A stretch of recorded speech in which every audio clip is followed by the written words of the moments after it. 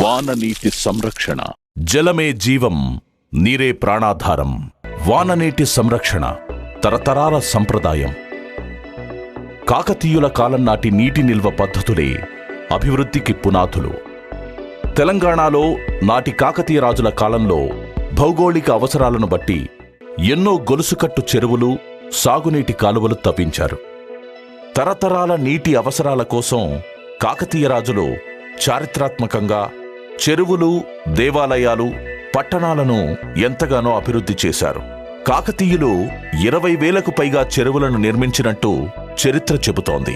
వీటిలో ఇప్పటిదాకా 5,000 చెరువులను గుర్తించారు. నదీ పరివాహక ప్రాంతాల్లో నీటి ప్రవాహ దశను, నిల్వ చేయడానికి అనువైన పరిస్థితులను గుర్తించి వర్షపు నీరు వృధా కాకుండా నిల్వ చేయాలన్న ఉద్దేశంతో కొండలనే ఆనకట్టలుగా భారీ జలాశయాలు నిర్మించారు. కాలువల ద్వారా నీటిని అనుసంధానించారు. సుస్థిర వ్యవసాయం కోసం నీటిపారుదల కాలువల వ్యవస్థను ఎంతగానో అభివృద్ధి చేశారు. నేడు మన తెలంగాణ రాష్ట్రంలో వేలాది ఎకరాలకు సాగునీరు అందిస్తున్న ఎన్నో చెరువులు నాడు వారు తవ్వించినవి.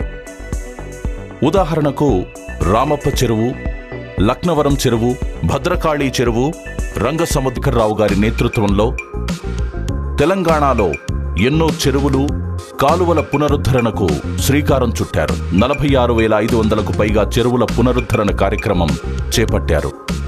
భూగర్భ జలశాఖ వారు తెలంగాణలో వాననీటి సంరక్షణ, భూగర్భ జలాల అభివృద్ధిలో కీలక పాత్ర పోషిస్తున్నారు.